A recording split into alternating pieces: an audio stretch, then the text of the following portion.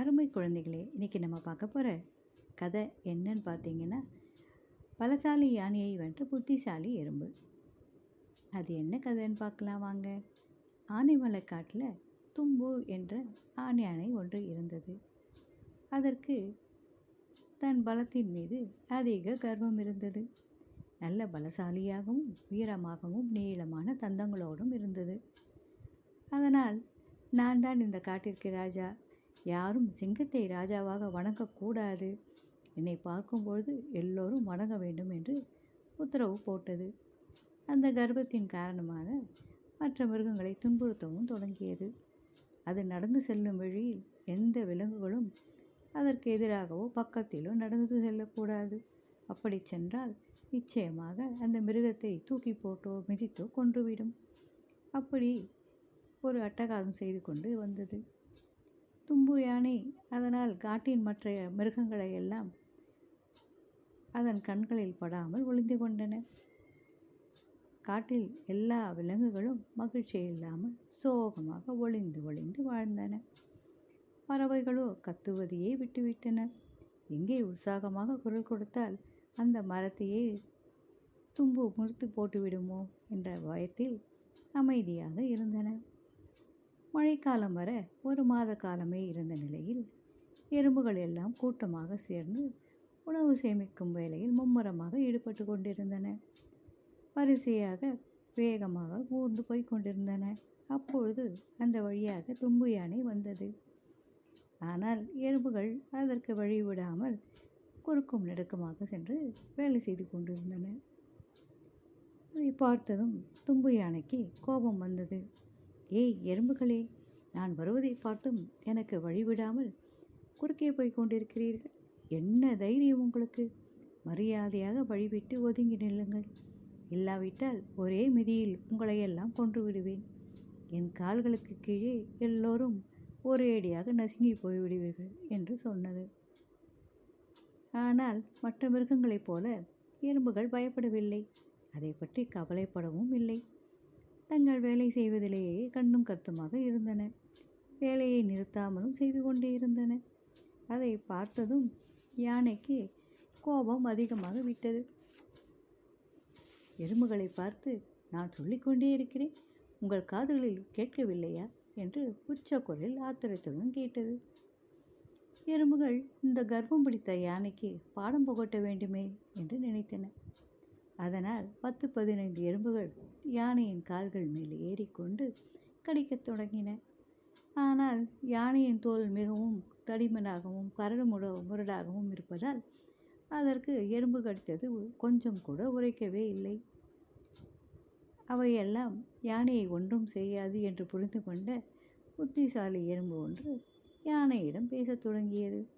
யானையாரே, நீங்கள் வலிமையானவர்தான், பலசாலிதான், நான் ஒத்துக்கொள்கிறேன். ஆனால் அதற்காக எங்களை நீங்கள் அவமதிக்கக்கூடாது, குறைவாகவும் எடை போடக்கூடாது. இன்னும் சொல்லப்போனால் உங்களை விட நாங்கள் மிகவும் புத்திசாலிகள், சிறந்தவர்கள் என்றும் சொன்னது. இதை கேட்டதும் யானைக்கு இன்னும் கோபம் அதிகமாகிவிட்டது. நீங்கள் எல்லாம் என்னுடைய கால் தூசுக்கு வரமாட்டீர்கள். என்னை எதிர்த்து பேச எவ்வளவு துணிச்சல் வேண்டும்? இந்த காட்டில் உள்ள மற்ற எல்லா மிருகங்களும் என்னை பார்த்தாலே நடுங்குகின்றன. அதை பார்த்துமால் நீங்கள் இப்படி நடந்து கொள்கிறீர்கள் என்றது. உடனே புத்திசாலி எறும்பு சொன்னது, யானையாரே, உங்களை பார்த்து நாங்கள் ஏன் பயப்பட வேண்டும்? இந்த காட்டில் உள்ள வலிமையான விலங்குகளும் பெரிய விலங்குகளும் ஏன் பறவைகளும் கூட உங்களை பார்த்து பயப்படலாம். நாங்கள் அப்படியல்ல. எப்பொழுதும் மழை வெயில் என்று பாராமல் உழைப்பவர்கள், அறிவாளிகள். அதனால் மற்ற மிருகங்களை மிரட்டுவதைப் போல எங்களை மிரட்டலாம் என்று கனவு காணாதீர்கள். பிறகு ஏமாந்துதான் போவீர்கள் என்றது. உடனே யானை, அப்படியா, சரி, அப்படியென்றால் ஒரு பந்தயம் காட்டலாம். யார் புத்திசாலி யார் பலசாலி என்று பார்த்து விடலாம் என்றது. அதற்கு எறும்பும் சரி, பார்த்து விடலாமே என்றது. உடனே யானையும் எறும்புகளும் பஞ்சாயத்தை கூட்டின. பஞ்சாயத்திற்கு எல்லா மிருகங்களும் வந்தன. அவையெல்லாம் ஒன்று கூடி யானைக்கும் எறும்புக்கும் ஏதாவது ஒரு போட்டி நடத்துவது என்று முடிவு செய்தன. பஞ்சாயத்தில் யானைக்கும் எறும்புக்கும் ஓட்டப்பந்தயம் நடத்தலாம் என்று முடிவு எடுக்கப்பட்டது. யார் முதலில் வருகிறார்களோ அவர்களே பலசாலி மற்றும் வலிமை மிக்கவர் என்றும் அதை மற்றவர் ஒப்புக்கொள்ள வேண்டும் என்றும் தெரிவிக்கப்பட்டது. யானையும் எறும்பும் அதற்கு ஒப்புக்கொண்டன. அதற்காக ஒரு நாளும் குறிக்கப்பட்டது. அந்த நாளும் வந்தது. எல்லா மிருகங்களும் அங்கு கூடின. யானையும் எறும்பும் போட்டிக்கு தயாராக நின்றன. சிங்கம், கரடி மற்றும் நரி நடுவர்களாக இருந்தன. குறிப்பிட்ட தூரம் வரை ஓடி சென்றுவிட்டு திரும்பியும் மீண்டும் கிளம்பிய இடத்திற்கே யார் முதலில் வந்து சேருகிறார்களோ அவர்களே ஜெயித்தவர்கள் என்பதுதான் போட்டி. முதல் நாள் மாலையிலேயே கோடுகள் எல்லாம் வரையப்பட்டு எல்லாம் தயாராக இருந்தன. எல்லா விலங்குகளும் எறும்பு ஜெயிக்க வேண்டுமே என்று விரும்பின. குரங்கார் கைகளை தட்டியவுடன் இரண்டும் ஓடத் தொடங்கின. யானை ஆரம்பித்த முதலே வேகமாக ஓடத் தொடங்கியது. பாதி தூரத்திற்கு ஒரு கோடு போடப்பட்டிருந்தது. அங்கே தான் முதலில் வந்துவிட்டோம் என்று பெருமையுடன் யானை நினைத்தபோது அதற்கு முன்னாலேயே எறும்பு அங்கு ஓய்வெடுத்து கொண்டிருந்தது. அதை பார்த்தவுடன் யானை பதறிப்போய் உன்னை விட அதிக வேகமாக ஓடி எல்லைக்கோட்டை அடைந்தது.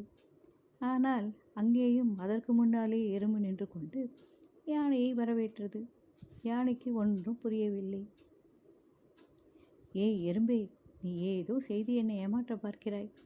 எப்படி எல்லா இடங்களிலும் என்னை விட முன்னாடி உன்னால் ஓடி வர முடிகிறது என்று ஆத்திரத்துடன் கேட்டது. அதற்கு எறும்பு, யானையாரே, ஏன் இப்படி ஆத்திரப்படுகிறீர்கள்? முதலில் யார் வருகிறார்களோ அவர்கள்தான் போட்டியில் ஜெயித்தவர். நான் தான் முதலில் வந்தேன். ஆகவே நான் தான் போட்டியில் ஜெயித்தவன் என்றது.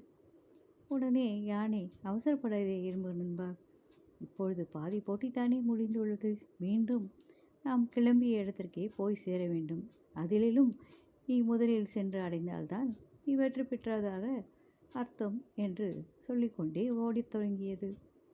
எங்கேயும் நிற்காமல் வேகமாக கிளம்பிய இடத்திற்கே மூச்சிறைக்க இருக்க ஓடி சென்றடைந்தது. ஆனால் அதற்கும் முன்னாலேயே எறும்பு கையில் வெற்றி கோப்பையுடன் நின்று கொண்டிருந்தது. எல்லா விலங்குகளும் பறவைகளும் உற்சாகமாக கத்திக்கொண்டிருந்தன. நடுவர்கள் சிங்கம், கரடி மற்றும் நரி இந்த காட்டிலேயே மிகவும் பலசாலி மற்றும் புத்திசாலி இந்த எறும்பே என்று முடிவை அறிவித்தன. யானைக்கு மிகவும் அவமானமாகி விட்டது. சிறு எறும்பு தன்னை தோற்கடித்து விட்டதே என்று அதற்கு மிகவும் வருத்தமாகி விட்டது. தன் தோல்வியை அதனால் ஏற்றுக்கொள்ள முடியவில்லை. ஆத்திரம் கோபத்தால் மதம் பிடித்து பிளிரிக்கொண்டே ஓடத் தொடங்கியது. ஒரு பெரிய கிணற்றுக்குள் விழுந்து இறந்தும் போனது. எறும்பும் தனக்கு உதவிய தன் எறும்பு நண்பர்களுக்கு நன்றி சொன்னது. காட்டு மிருகங்கள் எல்லாம் தன்னுடைய புத்திசாலித்தனத்தால் தங்களை அந்த யானையிடமிருந்து காப்பாற்றிய எறும்புக்கு நன்றி தெரிவித்தன. மீண்டும் ஒரு நல்ல கதையில் உங்களை சந்திக்கிறேன் குழந்தைகளே. நன்றி, வணக்கம்.